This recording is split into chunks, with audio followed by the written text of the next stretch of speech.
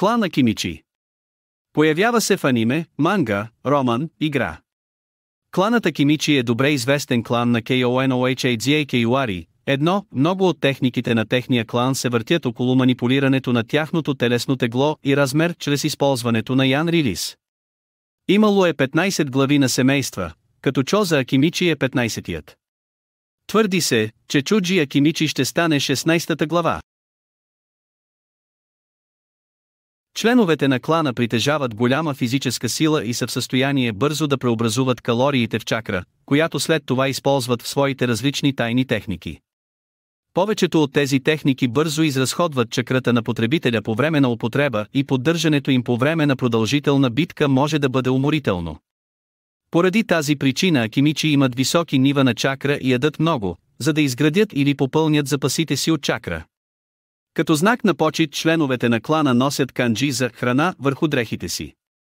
Ако стандартните калории не са достатъчни за битка, Акимичи може да използва трицветните хапчета на клана, за да превърне излишните мазнини в чакра, с цената на здравето. Много Акимичи използват бо като предпочитано оръжие. Те имат способността да се удължават пропорционално на размера на притежателя им. Тези оръжия също имат малки придатъци в горната част на тях.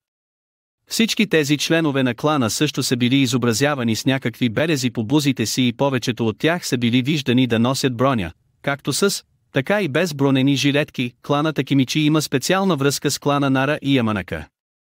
Поколения наред членовете на тези три семейства са формирали трио Ино, Шика, Чо, кръстени на първата част от имената на членовете, като членовете на Акимичи са Чо в триото.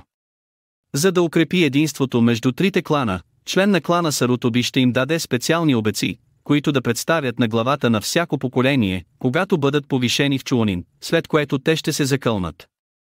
Обеците също символизират, че те се считат за възрастни от съответните кланове. BIKA no Jutsu, техника на удвояване. С тази техника потребителят увеличава масата и обема на тялото си, за да използва други техники. Никодан Сенша, резервоар за месен снаряд, е тайджуцу, в което потребителят, след като използва NINPO, Байк no Jutsu, се превръща в камък, който бързо се търкаля към противник, за да го смаже. Никодан Хари Сенша, снаряд от остра плът, е тайджуцу от клана Акимичи. Това е модификация на стандартното NIKUDANSNSHA Jutsu, което освен че увеличава размера на тялото, използва остри остриета. Бълбунбайка но джуцу, техника за дублиране на част от тялото е нинджуцу, използвано от клана Акимичи. Техниката включва оголемяване на определена част от тялото. Choubika no Jutsu, техника на супер удвояване, потребителят преобразува своите калории в чакра. Чрез оголемяване на тялото, потребителят може да смаже враг с тялото си. Контрол на калориите Чуемодо, режим Пеперуда, е хиденът от клана Акимичи. Членовете на клана получават контрол върху калориите си въз основа на владеенето на техниката. Ето защо повечето членове на клана са склонни да имат наднормено тегло.